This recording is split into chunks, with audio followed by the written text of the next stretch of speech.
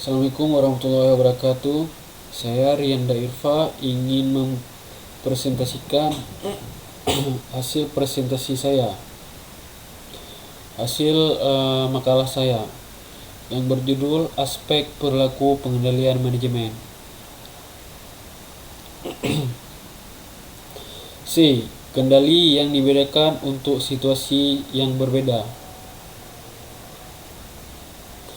Proses pengendalian manajemen dipengaruhi oleh beberapa faktor dalam organisasi. Berbagai faktor yang menentukan sistem pengendalian yaitu ada 3. Yang pertama ada lingkungan, yang kedua teknologi, yang ketiga ukuran organisasi. Selanjutnya peran struktur organisasi. Skala dan struktur organisasi mempengaruhi strategi organisasi, dan strategi mempengaruhi sistem pengendalian. Ketika sebuah organisasi beroperasi sebagai sebuah industri, manajemen puncak biasanya bertanggung jawab untuk merumuskan strategi sistem kontrol. Selanjutnya pengendalian manajemen. Sistem organisasi tidak peduli seberapa konsisten strukturnya dengan strategi yang dipilih. Tidak dapat secara efektif menerapkan strategi tanpa sistem pengendalian manajemen yang konsisten. Meskipun struktur organisasi mendefinisikan hubungan pelaporan dan tanggung jawab dan wewenang dari manajer yang berbeda, harus ada sistem kontrol yang dirancang dengan baik untuk beroperasi secara efektif. Selanjutnya perencanaan strategis ada 3, yaitu yang pertama eksekutif grup mungkin bertanggung jawab untuk merumuskan rencana strategis untuk seluruh grup dengan jelas menentukan sinergi antara berbagai unit bisnis dalam grup. Yang kedua, rencana strategis unit bisnis tunggal mungkin memiliki bagian yang saling bergantung, di mana CEO unit bisnis menentukan hubungan kunci dengan unit bisnis dan bagaimana menggunakan hubungan ini. Yang ketiga, kantor perusahaan mungkin perlu mengembangkan strategi bersama untuk unit bisnis yang saling bergantung.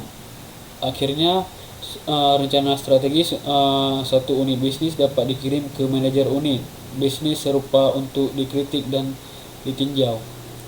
Anggaran penetapan harga transfer, kompensasi keunggulan kompetitif, sistem pengukuran kerja.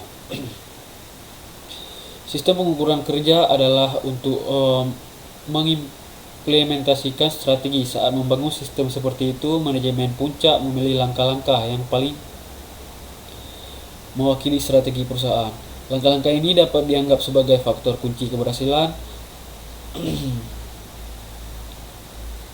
Gambar-gambar sebagai berikut memberikan kerangka kerja untuk merancang sistem pengukuran kerja.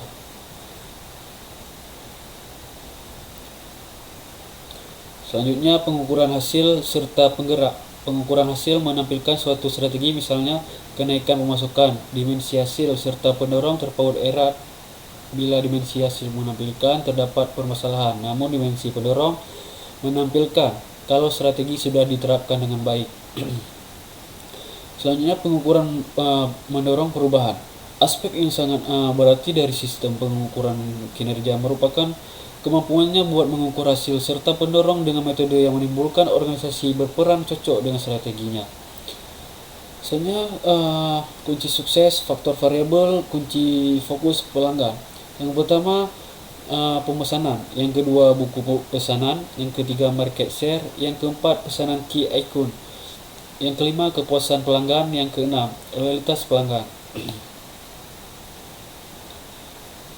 Selanjutnya variabel kunci terpaut dengan bisnis internal proses.